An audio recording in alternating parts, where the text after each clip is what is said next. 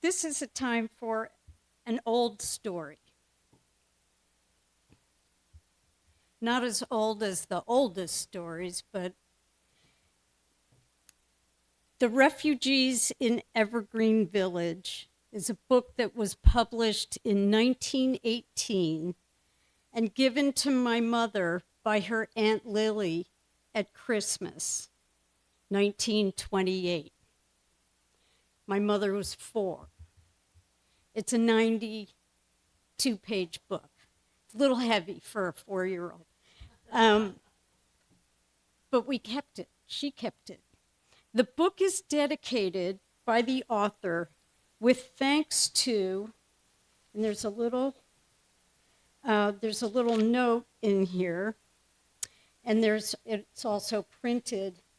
I dedicate this book to the little American boys and girls who, by purchasing it, helped the refugee children across the seas.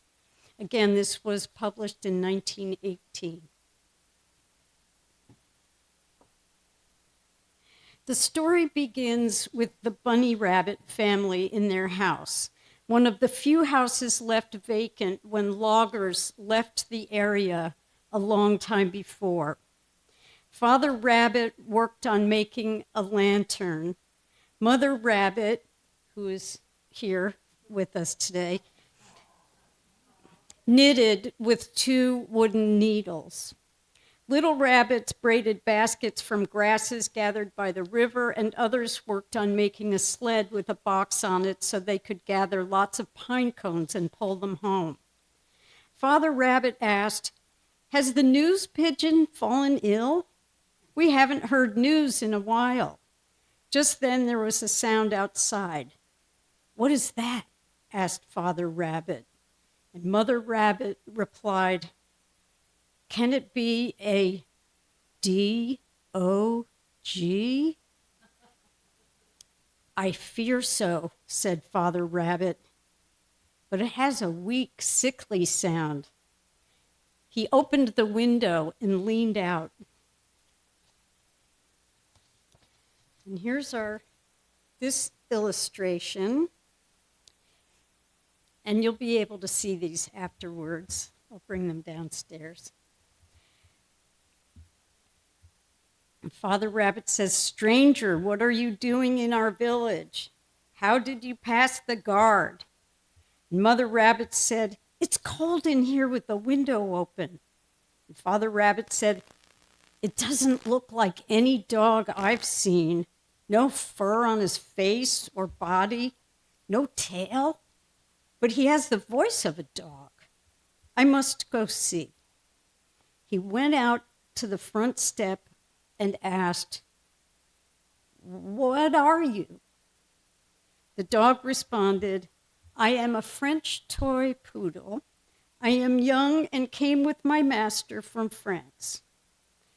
Father Rabbit replied, "Stranger poodle, you may spend the night here on the bed that Tom lay on last summer when he was wounded." "Wounded?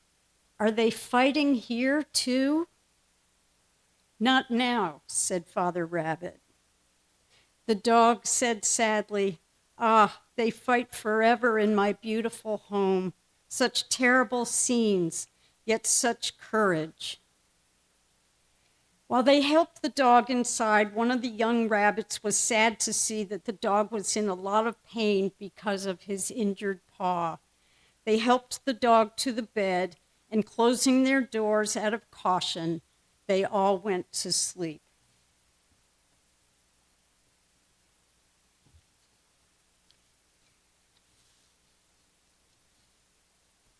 The convalescent. The next morning, Father Rabbit asked Dr. Red Squirrel, to come see the dog, and the doctor said that the dog needed to rest in bed.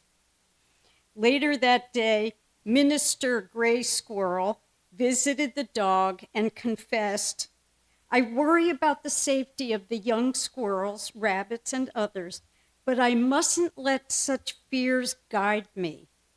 We will be sure to protect ourselves should this stranger dog become a danger."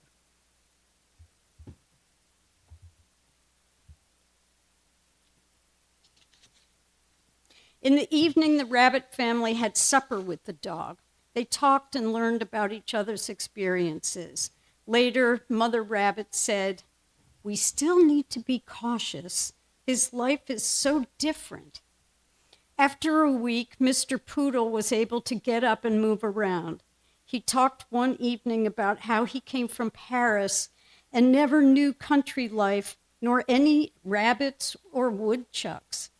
He also asked why there were guard animals outside, and the rabbits admitted that they were afraid of some four-legged strangers, especially during these times. After a walk with Dr. Squirrel, Mr. Poodle had supper with the family for the first time. The pigeon news. The next morning, the news pigeon arrived with tears in his eyes. He said, "The fields and meadows, so sunny and quiet and full of animal life, there was a strange noise and voices, and the animals saw a huge machine, and they're tearing up the meadow so they can grow food. But why didn't they tell the animals first? Many mice and rabbits are injured. Many are hiding. Can you help?" When Father Rabbit heard about this, he knew that Mr. Poodle, because of his experience in Paris, where they had to take care of thousands of people, refugees from the countryside, and give them food and housing. Mr. Poodle offered to organize a relief party with the help of the Red Cross doves. They also set up a small hospital for the wounded. And here they are getting organized for their relief effort.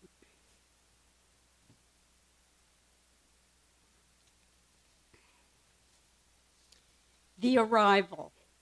The animals arrive, some on stretchers. Many will have to be bandaged.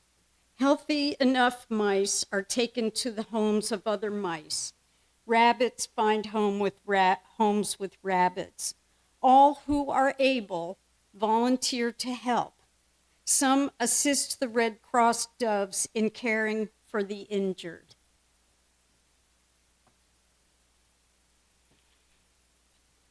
The waning summer. Mr. Poodle was growing sad that he hadn't seen his human friend. And one afternoon, he was walking near the road and heard a familiar voice coming from an automobile, and there was his friend. They were so happy to see each other.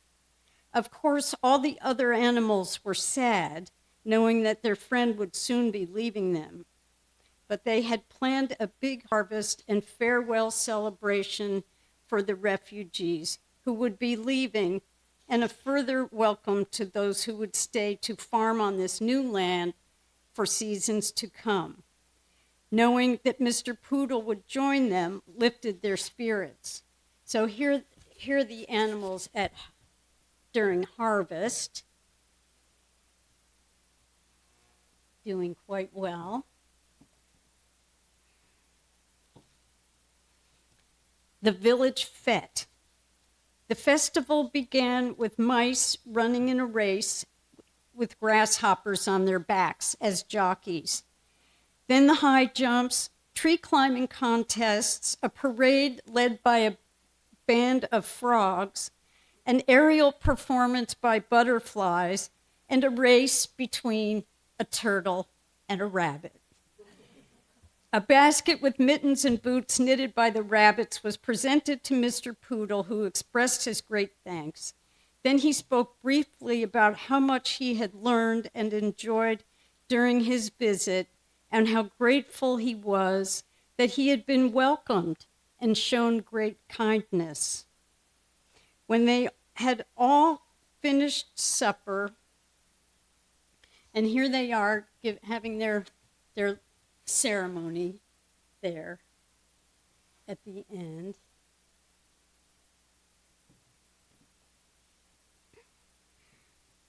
When they all finished supper, Mr. Poodle left quietly, and all the other animals were sad. Mrs. Rabbit said, We thought it right to help him, but didn't want to do it. Father Rabbit said, "Yes, remember how we locked our doors that first night?" The next day, Father Rabbit, walking with Dr. Squirrel, said, "What a wonderful summer it has been. We have had a dog in our midst and many strangers."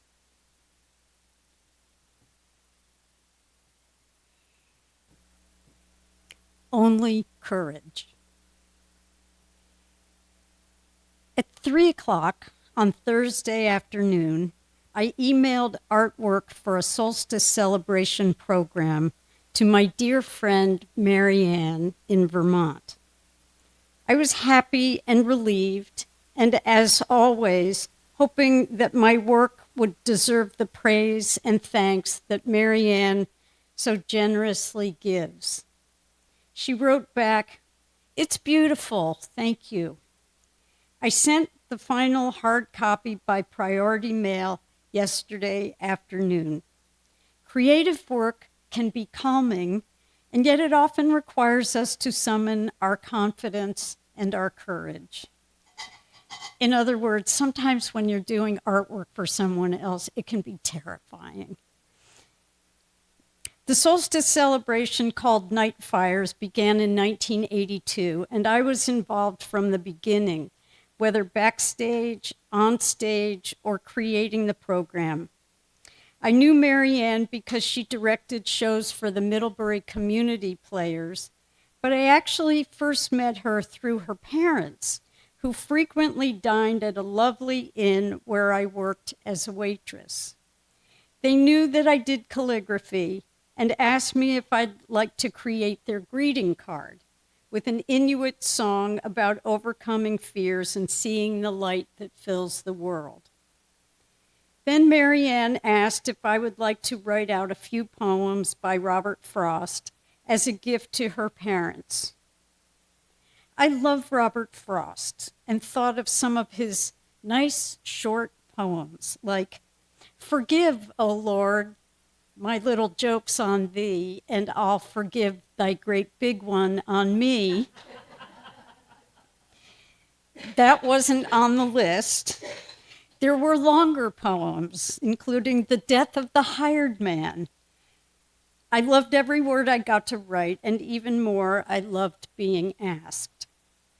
Years later, when Mary started creating a new version of a great old story, which she would print out and send to friends at this time of year, I would do the lettering for the cover.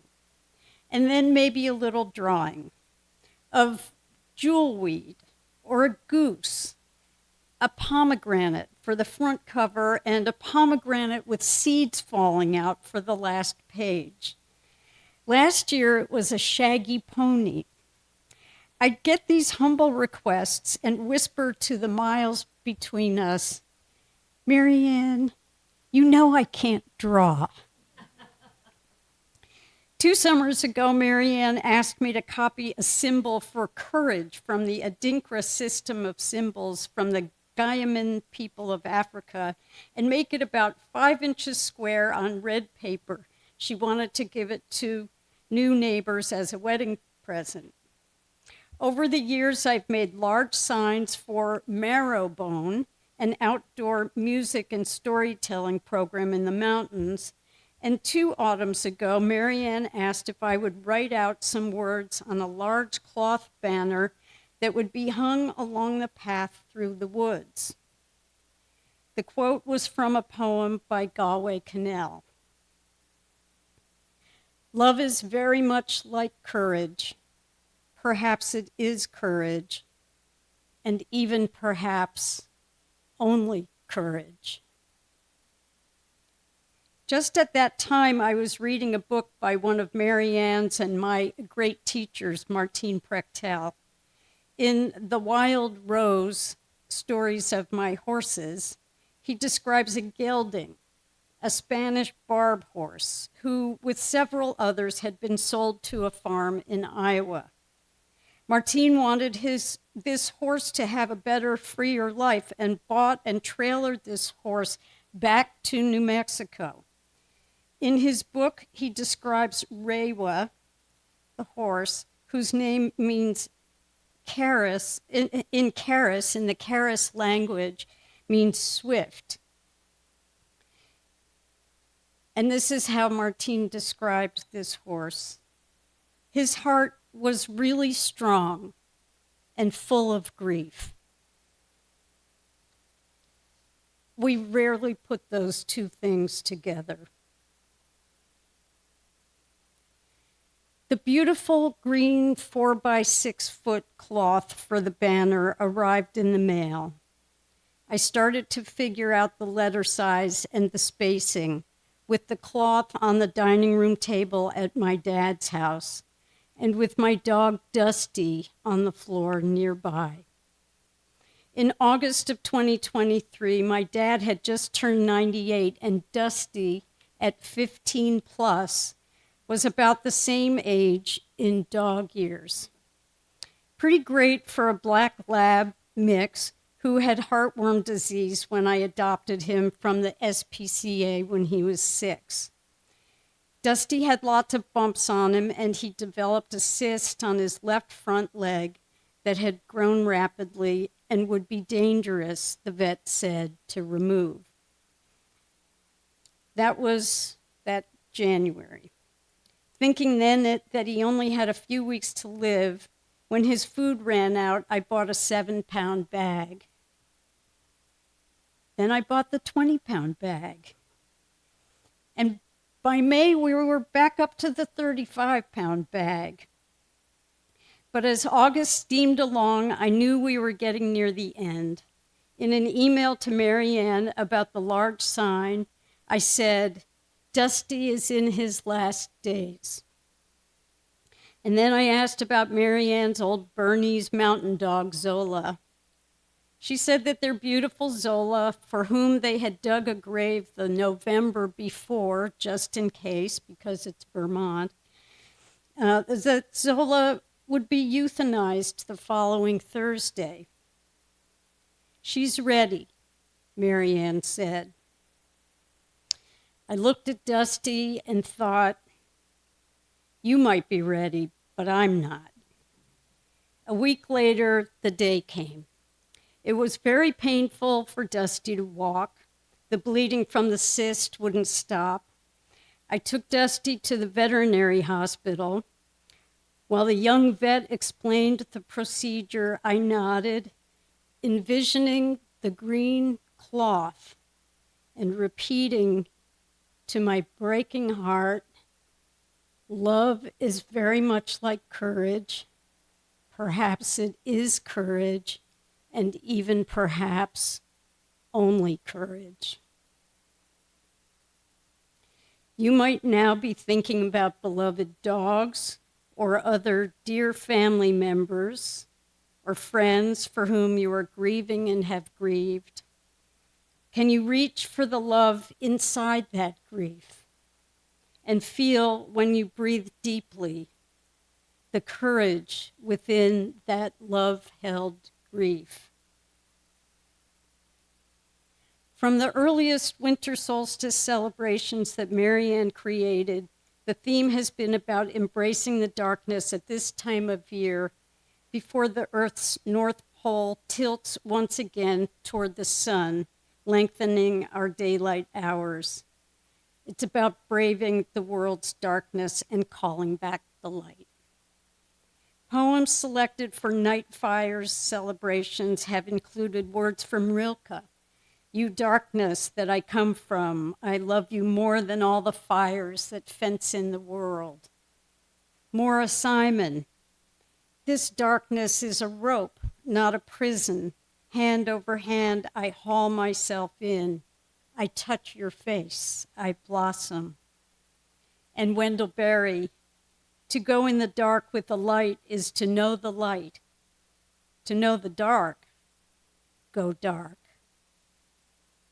At winter solstice celebrations around the world, the story is often told of Demeter's determined efforts to retrieve her daughter Persephone from the grasp of Hades, lord of the underworld. Hades has given Persephone pomegranate seeds to eat. She is held below until Demeter works out a deal by which Persephone would begin her walk up from the underworld at the time of the winter solstice, bringing spring, spending half of the year in the light. This is the story that Mary Ann retold for her little book, Pomegranate Girl, 2 years ago. It is also the story that was woven by Anne Batchelder into her book, Craving Spring, which I have right here, published in 2023.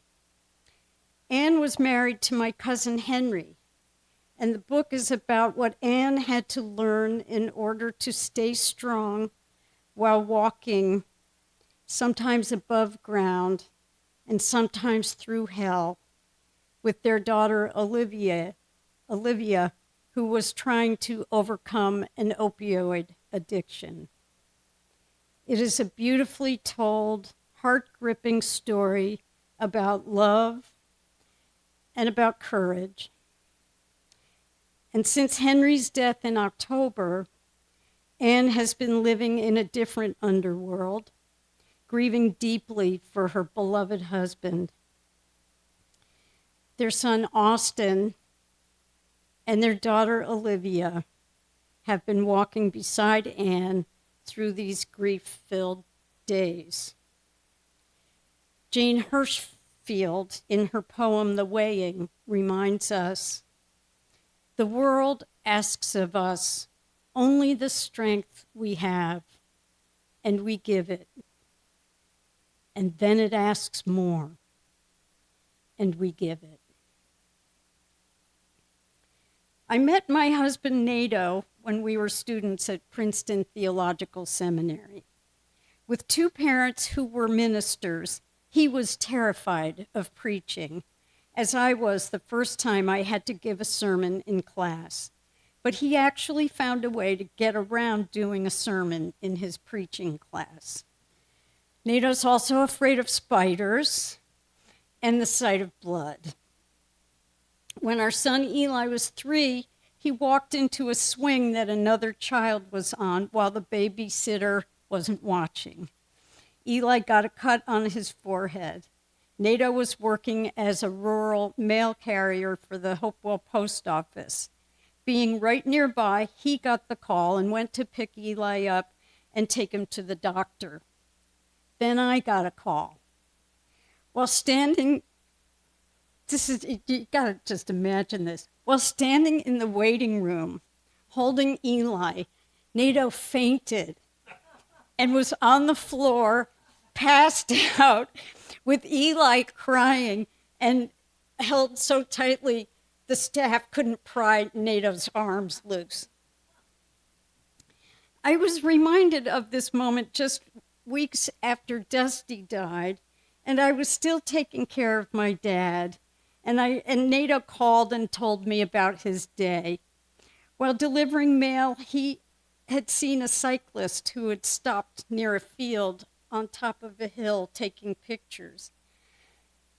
The cyclist got on his bike with his helmet hanging from the handlebar and zoomed by, heading down the steep hill. Nato thought, he's going too fast for that sharp curve ahead. And seconds later, Nato saw the young man lying on the road. He didn't make the curve. Nato parked his truck and went to help. The man's head was bleeding. Nato told him not to move and called 911. The local ambulance service, being all volunteer, took 20 minutes to arrive. The man, who was Asian, spoke very little English, but asked Nato to call his wife, who was apparently furious that something like this had happened. Plus, she was shopping and didn't know how to get there. The police arrived right away, then the ambulance, and then a helicopter. When NATO told me about this, I reminded him of what happened when he fainted with Eli many years ago and said, here you were just a mile from where that happened, and you were able to help this guy. NATO said that he had hoped someone else would stop and help, but he was the only one, so he had to. He saved a man's life. He did what he could never have imagined doing. He allowed courage to overcome his fear. He was helping another person, another being. It's what the heart always wants to do. When have we been able to summon the courage we might not have known we had? Who are the courageous people in our lives? Who are the courageous people in our world? I think about how humanity often shows its best side in responding to humanity's worst side, humanity's most cruel, selfish, violent, and inhumane actions. We are at times the darkness, and yet we are called to carry the light. I wanted to learn more about Alice B. Coolidge, the woman who wrote the stories about the animals in Evergreen Village, and found that her sister-in-law, Ellen Coolidge, had worked with my mother's Aunt Lily, who had given my mother the book. Lily Peck was born in 1889 in Gloversville, New York. She went to Simmons College, worked in Boston, and then at the Henry Street Settlement in New York City. After World War II, while leading the International Federation of Settlements, she traveled to the Bremen Neighborhood House in Bremen, Germany. There she worked with psychologists who had not been Nazi sympathizers, worked with them to help them talk about their experiences during the war so they could help fellow citizens who were traumatized by the war talk about theirs. That program, of which the overall goal was to stimulate the Bremen community to achieve democratic ideals, that program was initiated and funded by the Unitarian Service Committee, which was the predecessor to our UUSC.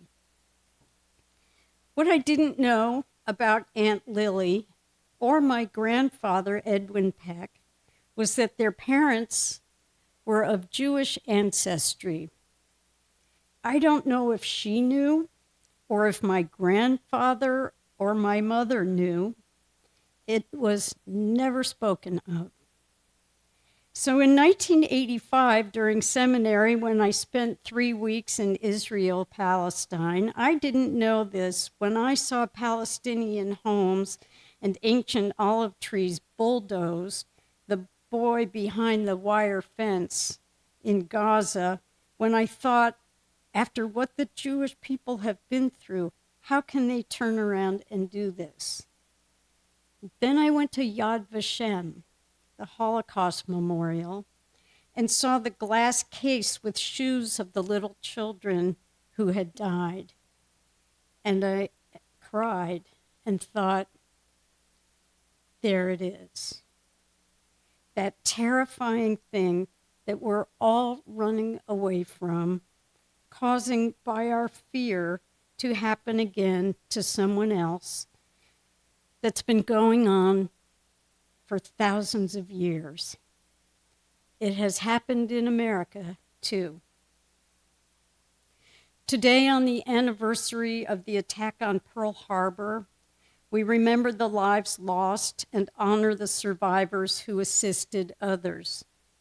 We remember, too, that thousands of Japanese American citizens were soon forced to leave their homes and live like prisoners in internment camps. And today we honor some of those same people and their family members who are boldly standing up against ICE and its cruel practices of rounding up, detaining, and deporting documented and undocumented individuals. How do we help? Like the creatures of Evergreen Village, we drum up our courage, create a stronger community, and become our bravest, most magnificent selves, welcoming strangers, making peace, and saving as many lives as we can. One other thing about Aunt Lily. My mother loved to tell the story about Aunt Lily on a flight to Europe. The flight attendant comes by with a plate of cookies and offers them to Lily and the person traveling with her. The friend declines, but Lily reaches toward the plate and says, "You have to take the cookies when they're passed." Our joys, the beauty we see, and most especially the beauty we make in this world, feed our hearts and the great heart of the world. You look out the window and see a cardinal, or listen to a piano sonata, taste something sweet and good, or tend to the flowers on your table, and this can get you through the next difficult thing.